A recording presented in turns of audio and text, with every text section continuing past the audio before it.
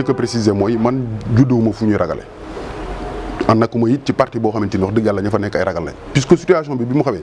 Pikinois yi ma bokkulul parti politique sax dañu ma woo puisque amul ku jotul audio bi ci Sénégal amul ku ko jotul ci département de Pikine te yenn yi du dafa weesu sax ak xamati dafa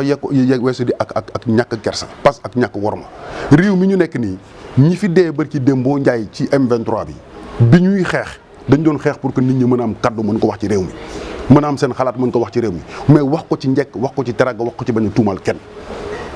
alors man li ma bokk muy Benno Bokk Yaakaar di ànd ak le président Macky Sall bokk ci AFP bi nga ma bokk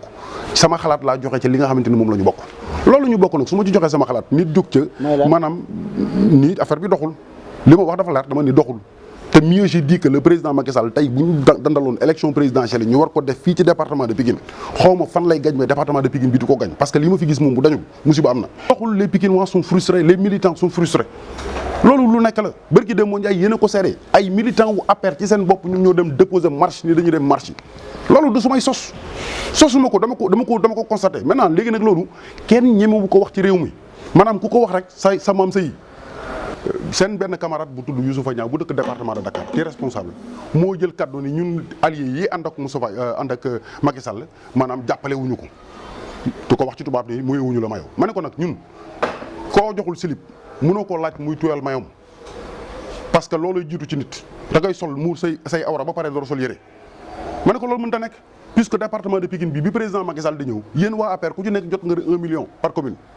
muy 16 millions ñun AFP suñu kuréel ak ni mu toll ak ni AFP bindoo ak ni mu structuré woo 50 000 francs ngeen ñu jox du mbiru xaalis bi moo tax ñuy wax parce que 50 000 francs fu mu ñu fekk fa la ñuy bàyyi saa yu mobilisation mësa na am biir département de Pikine suñu responsable départemental dana leen bu leen jox waa AFP man danaa gérer waa AFP. pour noppal leen ay menaces de mort fu mu toll maa ngi jot ay menaces de mort te menaces de mort yooyu taxawaay yi ma ci war def naa ko ci. mooy jël naa audio yi yóbbu naa ko ci un huissier de justice constaté na ko. parce que menace yi dafa dem ci WhatsApp doy ko mu jël téléphone am bu orange woo ma ci téléphone di ma saaga devant des témoins. mu ngi fi en tout cas ci ay jege ñaaleem Pape Gorgui Ndong la mooy maire commune bi jot na ko wax nañu ko kii boo ko wax aussi wax na ma ni bi mu ko déggee nee na yee méttiwul na ko waaye ba tey man déggu guma ko mu wax ma Ndong sax. ki Dembo Ndiaye ki ñu fi rey adjoint au maire la woon ni man. adjoint au maire la woon ni man. du ma toog ñu may menacé. naa man dinañ la fekk ci sa mairie dinañ la wax nangam dinañ la def nangam ba mu doyatul ñu yëkkati ay saaga di ma ko tegal ma toog ñuy jël suma bakkan du ma ko seetaan.